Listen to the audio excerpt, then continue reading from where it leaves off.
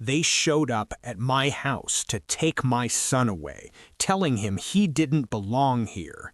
Two men in uniforms that looked almost real stood on my porch. Their vests had letters stitched on them that suggested authority, but it was all a costume. My boy, Leo, froze in the doorway. He held his favorite robot toy so tightly his knuckles were white.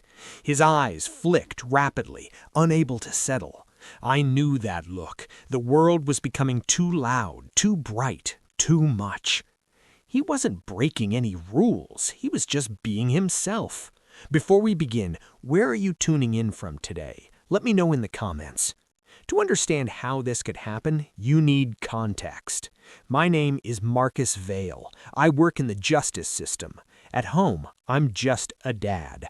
My son is on the autism spectrum. He's thoughtful and sees the world in beautiful, intricate patterns.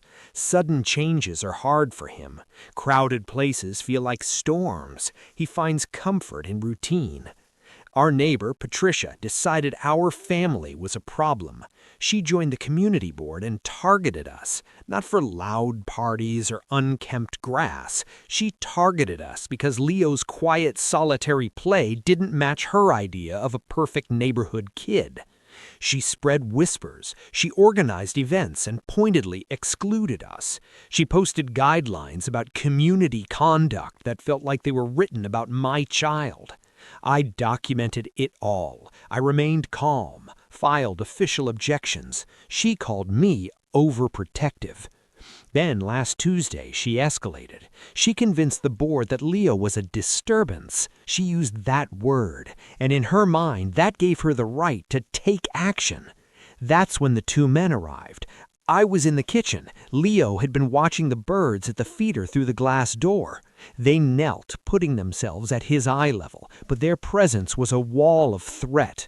"Hey there, pal," the first one said, his voice falsely sweet. "We need you to come with us for a little while, for an assessment." Leo's whisper was almost inaudible. "I want to stay here." "I'm afraid that's not an option," the man said, and he reached out. That's when I stepped onto the porch. "What is the meaning of this?" My voice was steel. The men stood up. One adjusted his vest. "We have authorization from the community board. The child is a documented disruption."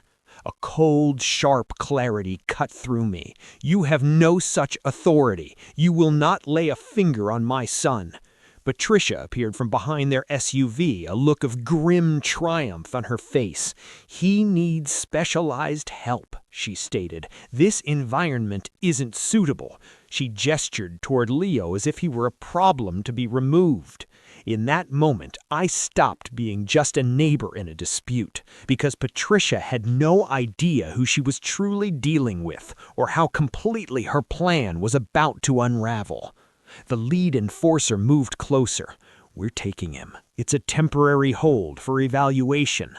His hand moved toward Leo's wrist. Leo recoiled. A short, sharp gasp escaped him. His toy clattered to the ground. The sound was small, but for him it was a thunderclap. His whole body went rigid. "Do not touch him." I positioned myself between them, placing a steadying hand on Leo's back. "You are overwhelming him. Step back now." Patricia scoffed. "See, this is exactly what I mean. He's unstable. The neighborhood shouldn't bear this burden." I turned my full attention to the two men. "You are attempting to seize a minor without consent, without a warrant, and without any legal standing. That is a lawful imprisonment." The second man shifted his weight. "Sir, we're just following community protocol." There is no protocol that overrides state law. Impersonating a person with legal authority to detain someone is a felony. Attempting to do so to a child with a disability adds severe enhancements. Their bravado faltered. The lead man tried to recover.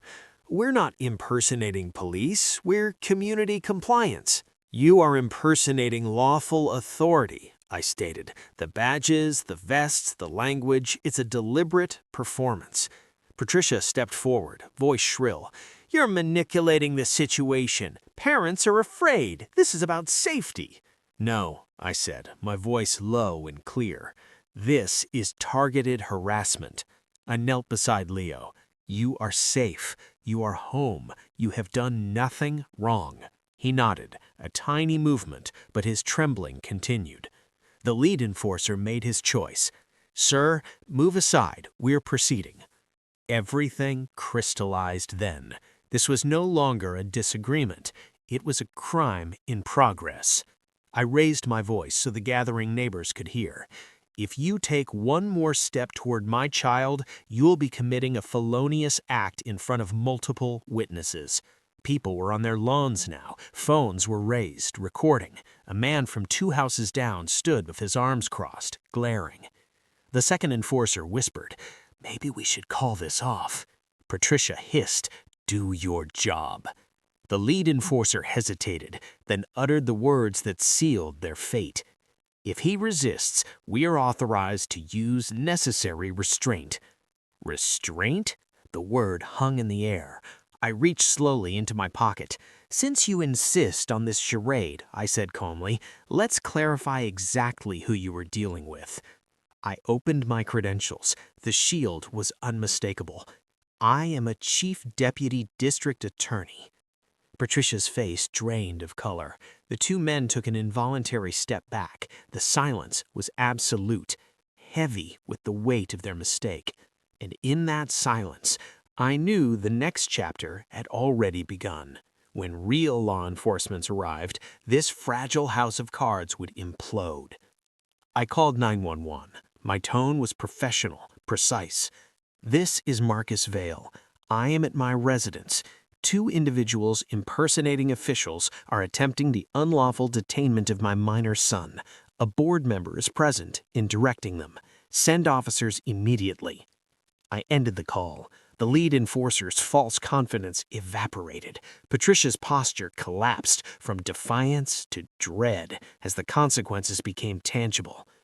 "You can't do this," she stammered. "You're bullying volunteers." "I am preventing a crime."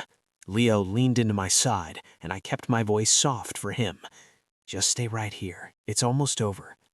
Sirens pierced the calm, growing rapidly closer.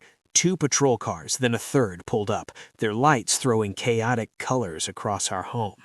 The officers exited, assessing the scene instantly. The costumes, the panicked actors, the weeping board member. "Report," the first officer said. I gestured to Leo. "These men, claiming HOA authority, tried to take my son. They physically reached for him. She orchestrated it." I pointed to Patricia. The officer's demeanor shifted to hardened focus. "You 2, hands visible, now." "We didn't hurt anyone," the lead enforcer pleaded.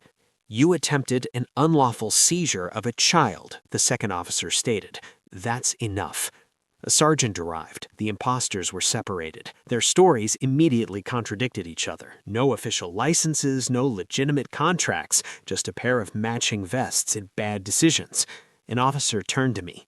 "Sir, can you verify your position?" I handed over my ID. He looked at it, then back at me, giving a firm nod. "Understood, sir." Patricia tried a final, desperate performance. "He's lying. That boy is a menace." "Ma'am, be silent," the sergeant commanded. They spoke gently to Leo. He looked at the ground, struggling. I knelt with him. "Tell them what you remember. It's okay." He spoke to his shoes. "They said I had to leave my house. They said I wasn't allowed." He paused. "It made me scared." That testimony was the final nail. Handcuffs were produced. The lead enforcer began to argue. His partner simply went quiet. Patricia dissolved into theatrical tears that convinced no one. As they were led to the cars, the sergeant approached me. "Charges will be filed: impersonation, attempted unlawful confinement, conspiracy, and hate crime enhancements due to his disability." I nodded. "There will be a substantial civil suit." "I would expect nothing less," he replied. After the street cleared, I locked the door and sat with Leo until his world felt steady again. The aftermath was severe. The two impersonators were convicted on multiple felony counts, including targeting a vulnerable minor. They each received lengthy prison sentences, heavy fines, and permanent bans from any community security work. The law is the shield for those who cannot fight alone. And that is how a woman who tried to exile a child for being different learned a final lesson. You don't target an autistic boy without answering to a father who knows exactly how the legal system works. When cruelty pretends to be policy, justice doesn't negotiate, it adjudicates. If this story resonated with you, please like this video and subscribe to Winds of Thoughts for more powerful narratives about truth and consequence.